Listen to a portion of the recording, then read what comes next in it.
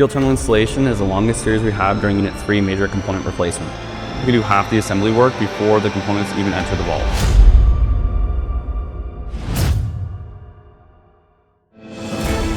Fuel tunnel installation is the longest series we have during Unit 3 major component replacement. It's also the only time where 90% of the tools are on one side of the reactor face. This is because we do half the assembly work before the components even enter the vault. Located just across from Bruce A Station, the clean room is responsible for preparing and shipping 480 sub-assemblies that are then installed in the reactor. While producing components, we prioritize keeping our surfaces pristine. This is why we introduced the new combined pressure tube measurement tool.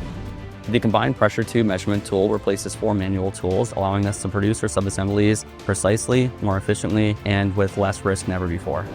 In addition to this new tool, we're also installing new protective covers. The most minor grays can affect the fueling for the reactor for decades to come.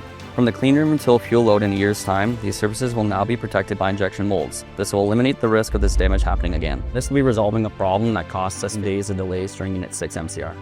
In MCR, we innovate to make sure that our next unit is better than our last.